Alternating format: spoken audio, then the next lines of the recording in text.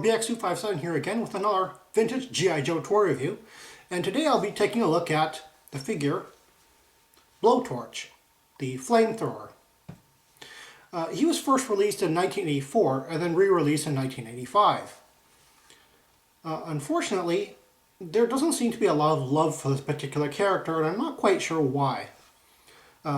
Sure, yes, he has a very bright gear and an unusual sculpt.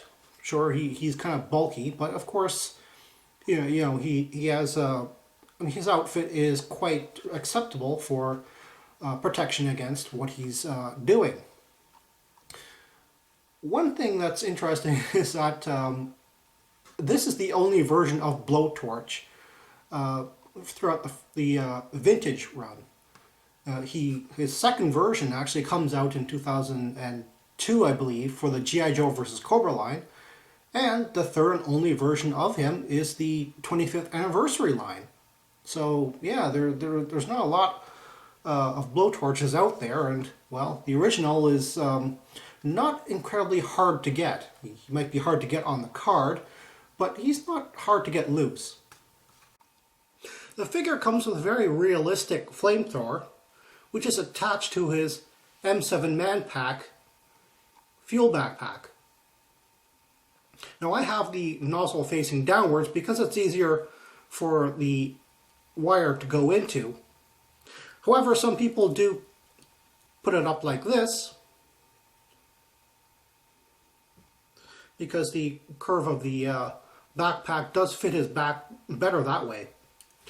If you'll notice, he has a left-hand cross-draw holster here, suggesting that he is left-handed, just like on the card art. And of course, the nozzle, when upwards, is on his left. The wire would then be over his shoulder. He comes with a oxygen mask, which connects directly to his chest there, and a helmet. Now there are at least 3 different versions of, or variants, of Blowtorch. Of course, you can see that he has a brown eyes and eyebrows which match the hair color. However, there are some versions which have darker brown eyes and eyebrows which do not match the hair. Then of course there is the Flamethrower. This is a very particularly stiff and hard plastic, but there are some versions which are quite a bit more rubbery. And finally, the helmet itself. Some versions have tiny little holes in them, just like the standard helmets from 1982 and 83, which had those holes for a visor.